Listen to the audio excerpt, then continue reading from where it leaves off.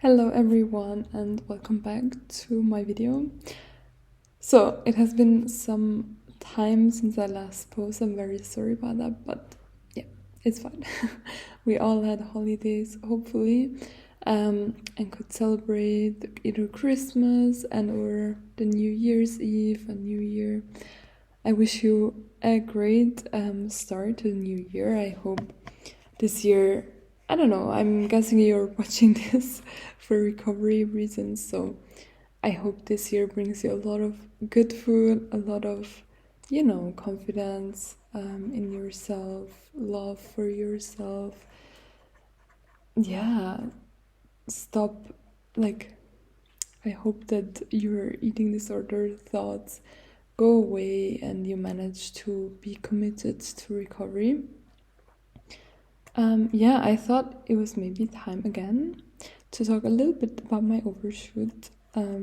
Just because, I don't know, I feel like it's a big topic and I just want to mention it from time to time again. Because I remember when I was in recovery, I kept watching Kayla Rose's YouTube video, and I just found it before because I was looking for something to watch, and then I saw in my view later list or watch later list on YouTube that I saved it there, and it's called How I Gained and Lost 50 plus pounds. And it's basically about how she really gained a lot of weight, and it was very difficult and a lot of ups and downs, and then really once she let go of wanting to lose weight, she actually lost it, and it was very similar to me. And I started to watch it again because I was like, you know what, I'm interested, what was it about this video that motivated me so much back then? Really, I always watched it and then I was like, oh my god, I got this. So I think one of the key things was that she said that she really started to focus on living her life and just assuming that she would stay that weight. So yeah, being at a very high weight, and instead of thinking, oh my god, once I lose the weight, blah blah blah, no, she was really starting, she was in a relationship, or she got into a relationship, she worked on her business, she worked on this, she just saw her family, went out, being at this high weight and not doing anything about it. She just accepted it, kind of. I mean, it was the same with me. I didn't love it at all. I didn't like my bigger body, but at some point I just accepted it. I was like, okay, this is my new normal, I guess. And so once you really stop caring, of course at the beginning it feels very fake because you often think about your body, you're like, I don't like this, I don't like that.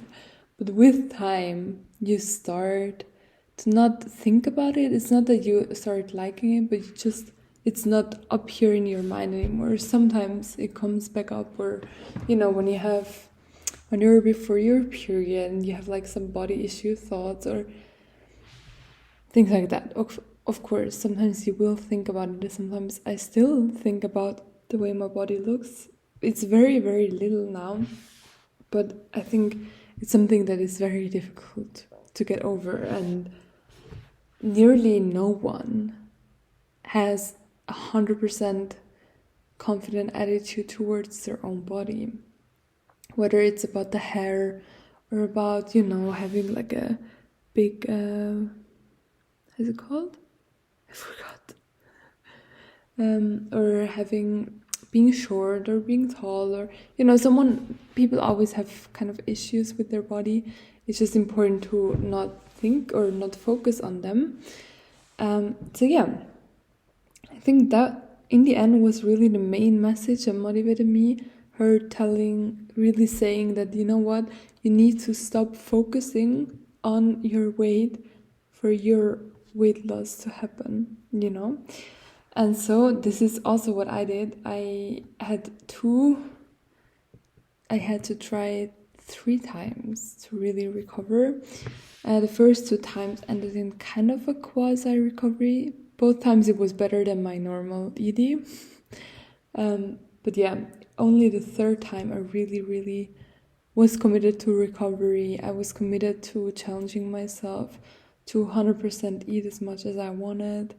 All of those things I was committed to, going out and not only getting a kebab, but getting a kebab with fries and a Coca-Cola, like things like that. I went to the extreme. I did listen to my body, but to be honest, I also wanted to make sure that I 100% ate enough, and was challenging my disordered thoughts. So sometimes I also ate a little bit more than my intuition said, just to challenge myself. Because sometimes you're like a little scared of eating, and then you suddenly are not hungry again, and then I just ignored that and ate anyway, things like that. And then over time, everything started to normalize a little bit. It took longer than I thought, and my weight gain stuck. And then I really started to live my life, I remember. And yeah, at some point, I don't even know when it started, like the weight loss. I just know at some point it started. After I met this person that I was scared of meeting, this person, like so many people I had to meet that I was scared of meeting because of my weight. I was like, I only want to meet them after I lost my overshoot weight, like some family member, like uncles and aunts and stuff like that, or even my crushes, etc. All of those people I was so certain I didn't want to meet before I lost the weight, which is so stupid, but understandable. And then I all met them because, yeah, I just continued living my life. I kept the weight. And after all the like scary things happened and I just got used to the way I looked, then I started to lose overshoot weight. So yeah, it really doesn't work to think, oh, I'm gonna do this and that when I lose the overshoot weight. No, you have to start living completely normally. And then there was another thing. I was like always thinking about how much overshoot weight I was gonna lose, which is totally stupid. And I didn't lose as much as I always wanted to or imagined to. So if I really was so focused on losing the overshoot weight, I would have not been happy with how I look like now, because it would have been too heavy, But now I really didn't focus on losing overshoot weight anymore. And I was just like, how do I say? It was just amazing for me to see how I did lose weight, even though I didn't change anything. And now I'm not skinny and it's completely fine. I completely accepted my body. I actually like it. I think it's just a healthy body. And so, yeah, that was kind of what I was thinking about when I watched the video, that I relate 100% to her story. The only difference was she said she had a lot of pain during her weight gain or recovery, and I really didn't. I was very, very lucky with my recovery. The only pain that I had was like joint pain when I moved too much, which is basically my body telling me, girl, don't move, you're in recovery. So yeah. And then another topic I wanted to talk about, another update, is that, as you know, I didn't do exercise during my recovery, and I didn't do exercise for, I don't know, when did I recover? Summer 2020 started my real recovery. I was more or less recovered by 2021 and really recovered by the end of 2021. And the only thing I did during that time was I had a horse that I took care of, and I went to that horse twice a week. And my rides were so easy, really. I just sat on him, we went through the forest, and I got to the ground again. Or I went on walks with him. And sometimes I ran a little bit when I was walking with him, like the horse. But like only for 3 minutes. Because I found it funny how he, ran. So that was the only exercise, and then I did for a year, and then I stopped again with the horse. And then I didn't really do exercise again. And now it's 2024. Oh my god. And in November 2023, so 2 months ago, my mom asked me, Chill, do you want to join me on a yoga course? And I was like, okay. Because like her friend asked her to do the yoga course. It's 6 times. And it's for beginners, and she paid for it, and then all 3 times were horrible for her because she was so competitive to keep up with the poses that she didn't breathe, and then she always got sick from the class.